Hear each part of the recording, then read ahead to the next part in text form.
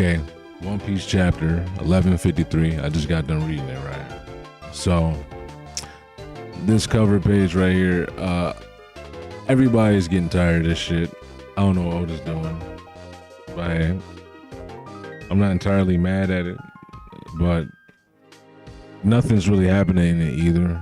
There's always been some cover pages that feel like, more lackluster than others. This is one of those. But the only problem, I guess, quote unquote, is it goes on for longer than most, right?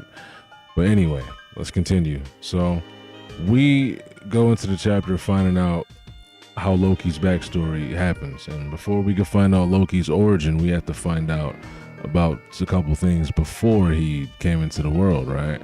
So we start off, this is his father, and we find out he grew up with Dorian Broggy. And by the way, this dude is ugly as shit. Okay, this dude is ugly as shit. I've seen a couple people who look like that in real life.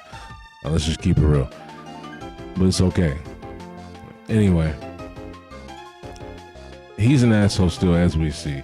They go off, starting up with him seeing another giant in captivity, who's going to be Harden's mother, spoiler alert.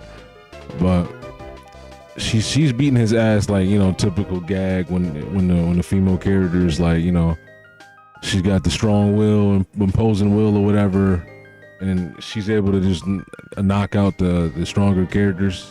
Like Nami be doing that with Luffy, and we see it in Dragon Ball, like Bulma be knocking Goku in his head and shit, and he's trying to run away, even though he could teleport and all that shit. But but okay, yeah, we see that before, and that shit's funny as hell because his face, he looks like Dracula off a Hotel Transylvania.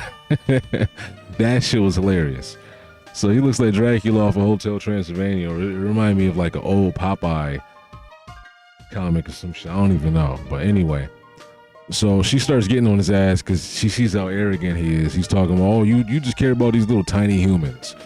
And she says, like, what do you mean tiny humans? You just happen to be born strong and you happen to be born big.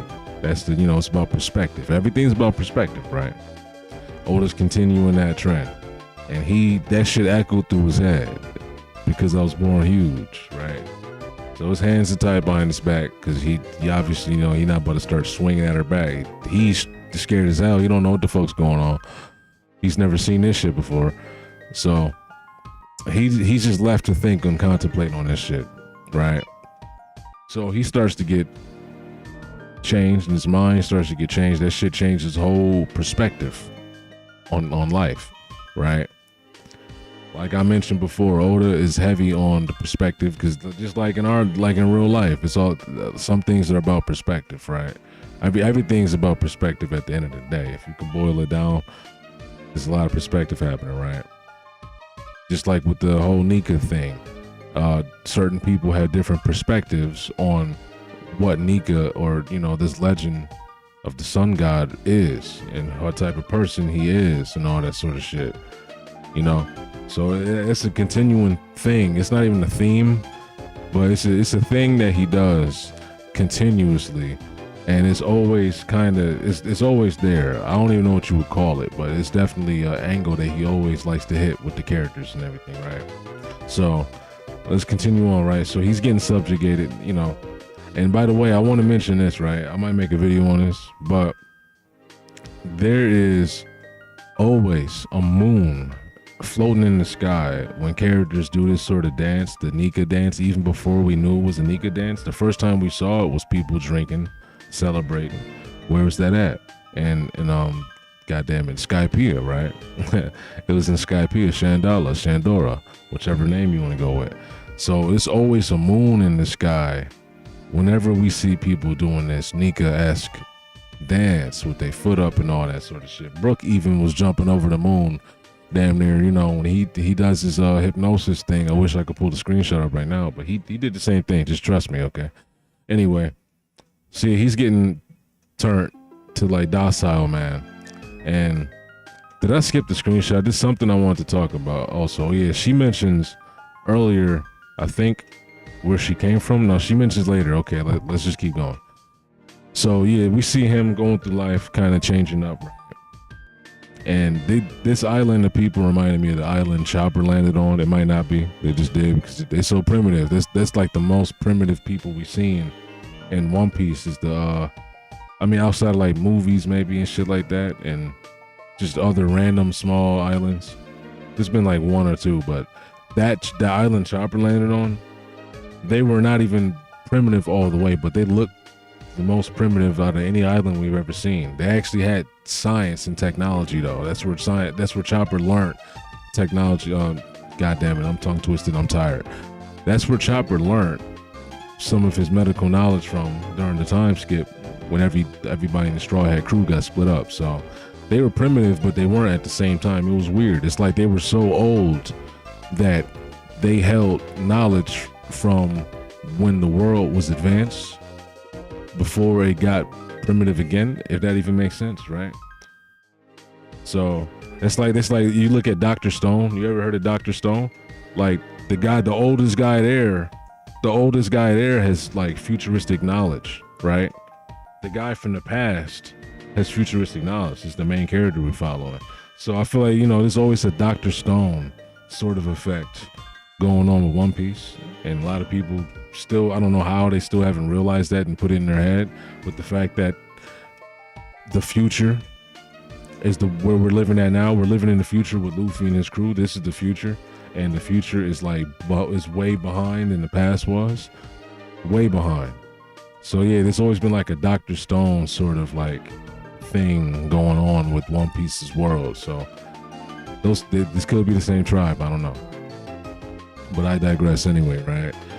King Harold changing, we see that. Okay, you know what I'm saying? And he wants to get married to Ida because, that's why he changed up. You know what he was doing. That's why he changed up. So they said, no, you can't marry her. The royal bloodline must stay pure. She's not in the royal bloodline. She's satisfied as long as they can still be on the same island and country as Harold, but he's like, okay, fuck that. I'm mad. And I don't think I took the screenshot, so let me actually go back and talk about it. The words aren't there. She mentioned that she's from a separate island, okay? She's from a different island. I was just about to make a video about this, right? And it's crazy because I didn't really see spoilers. Only spoiler I saw was like people talking about Loki has weird eyes and as a baby he got thrown down into hell, right? Other than that, I didn't see anything. But it's funny that she mentions in this chapter that she's from a different island. And I thought I took the screenshot specifically for that reason. Oh, here it is right here, right? I don't have the part where she mentions the island she was born from, because she mentions what island she was born from. But she says this is why everyone thinks that all giants are as barbaric and brutish as Elbaf. That literally means, and the fact that she mentions that she's from an island in the South Blue, I forgot what it was called, the South Blue Island that she's from, and the fact that she's saying this means that, bro, this like Elbaf is not the only place giants are prominently from and are from in general, right? And I was just wondering this because I was gonna make a video questioning like certain giants, like the Yeti Cool brothers, right? Remember the Yeti Cool brothers and dudes who was sliding around in the snowy spot in the darn Punk Hazard, or was it be a Punk Hazard, right? Where is the mention of these other giants? And it was always kind of weird. Not entirely, but in some small way, it's like, well, damn, like all giants are from Elbaf. Like this never. It's like, goddamn, like this. You could find people from every other nation everywhere else, but this whole time, over the whole course of life, there's never been any other place with giants. Like, how the fuck do people like, Big Mom and Kaido and these other random characters?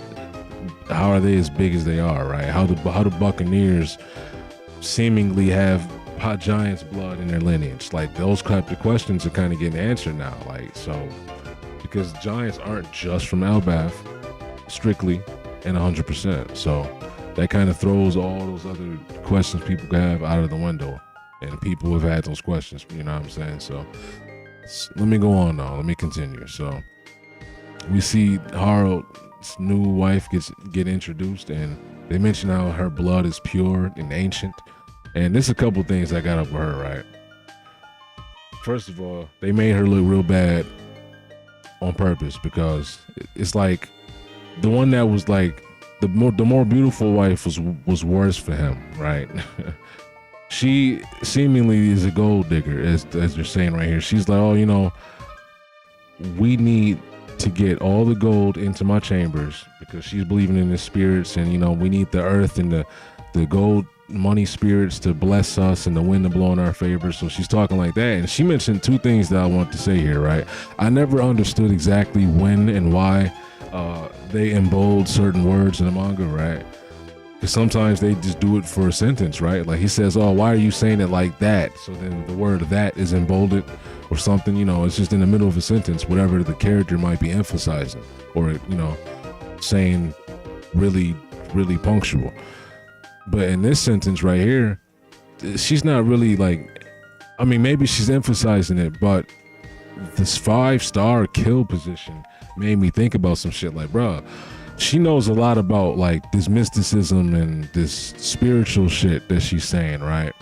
And she even gifted him this 8-legged horse. I forgot what name they referred to it as, but she said this horse brings in favor and all that. This horse looks evil as fuck. He got the words doom over his head, doom, like the sound effect and shit, right? So, and he's neighing really fucking crazy, and he looks crazy. He's 8 legs, black fire, almost like mane, right? So I feel like everything she's doing, or whatever the hell her pure and ancient power, and she says she studies geomancy, right? That mancy, whenever it's a mancy, that's a form of necromancy and all this sort of shit. That's usually referring to people manipulating, magic wise, whatever it was preceding the word. So geomancy is relating to earth magic, possibly, right? Necromancy is necro, the dead, this magic of the dead. She's manipulating that shit, right? So that's usually what the fuck is going on. So she studies in geomancy. I don't know what the fuck that could possibly mean, but that's another mention of magic in One Piece. That's my point, right? And she has this shit that looks like some ram horns and shit. That's like some demon shit. And these elders right here, they're always shown in shadow. I wonder if this is going to get shown or something, or talked about. Is Harold or somebody else going to mention how they never trusted these 4 elders? Because who the fuck are they? If there's a king, obviously, there's always going to be a council or something like that, right?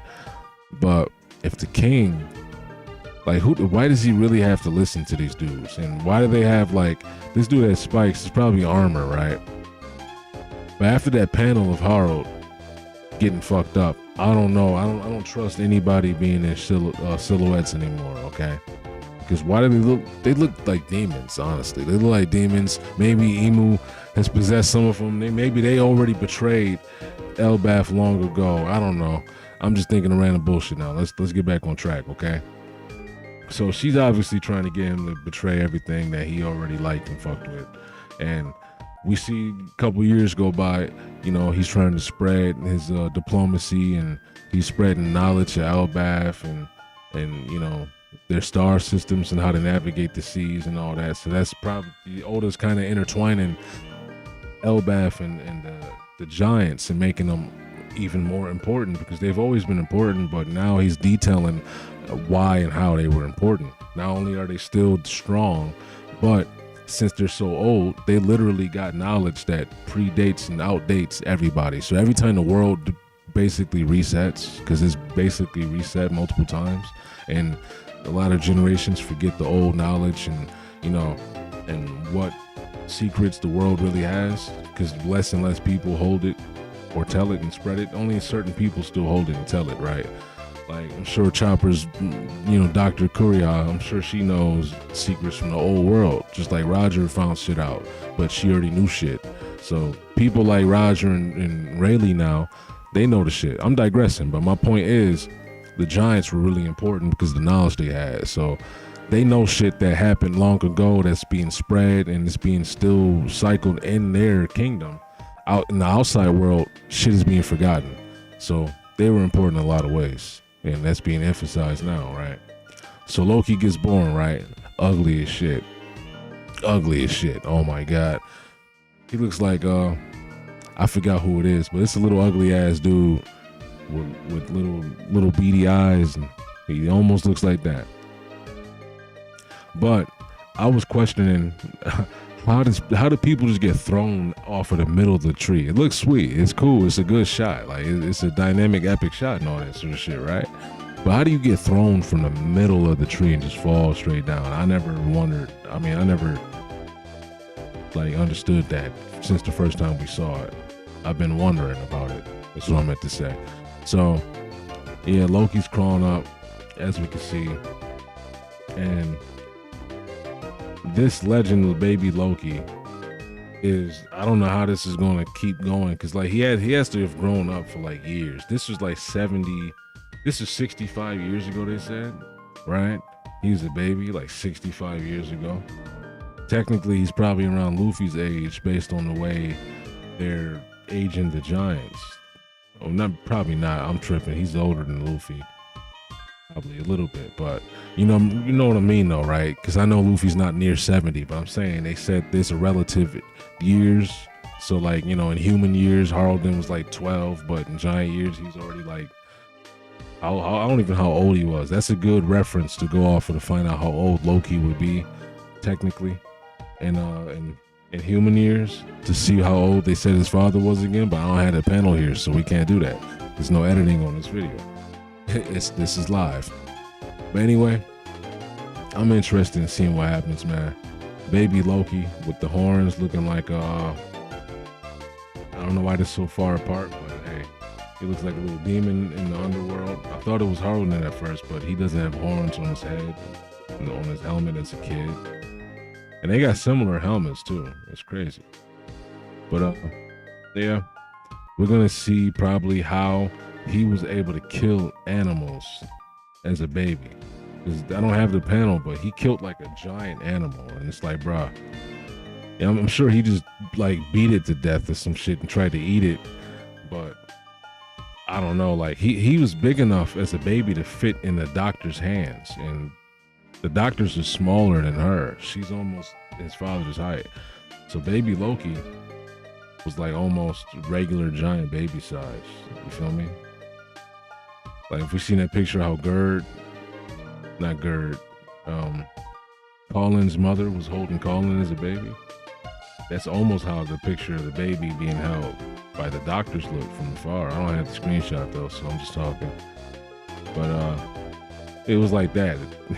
It was like that compared to him, almost. So, and is she almost the same height? Almost. The other woman is about here. So yeah, she's almost as tall. They both as tall as him. She's taller. Well, you see, his other wife would be around here. They're all to each other's chest, basically. Like, she's near his belt level. So yeah, she's almost there too. But at this point, I'm just talking and ranting and digressing. I'm gonna try to end this video right now because this will be on YouTube as a video, not just staying as a live. So with that being said, I'm out. I don't want to prolong this.